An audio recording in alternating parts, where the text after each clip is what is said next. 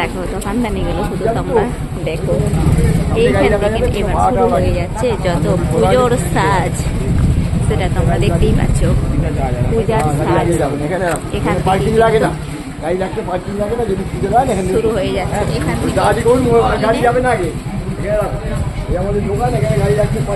আর গাড়ি নিয়ে যেতে মানা করছে গো, গাড়িতে করে যাচ্ছিলাম তো গাড়ি নিয়ে যেতে মানা করছে, তাই গাড়ি নিয়ে আর গেলাম না, এখানেতেই দাঁড় করিয়ে রাখলাম। এবার এখান থেকে হেঁটে হেঁটে যাব।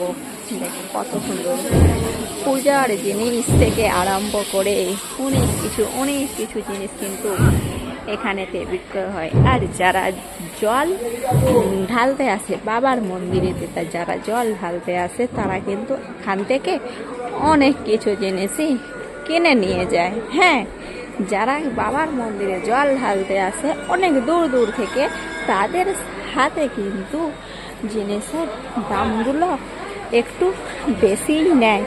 আর আমরা তো এখানকারের, তাই আমাদের সাথে জিনিসের দাম কমই নেয়, কারণ আমাদেরকে তো চেনে।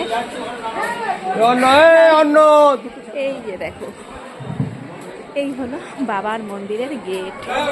চলে আসলাম, এখানে সেলফি তোলা হচ্ছে। দেখো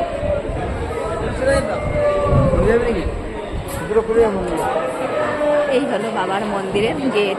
ওপরে বসে আছে দেখো, ভালো করে ওপরে দেখো, লক্ষ্য করে। হাত পাইনি, সেই জন্য হাত জাগিয়ে দেখাচ্ছি।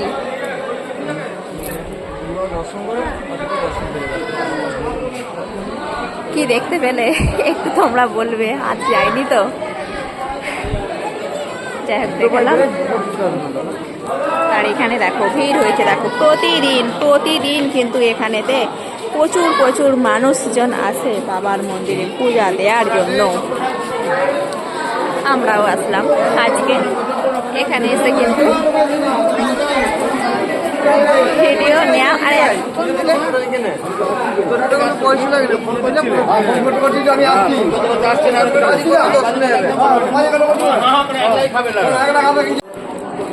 এইবার যাচ্ছি বাবার মন্দিরের ভিতরে, ঢুকে পড়লাম। এইবার যাচ্ছি।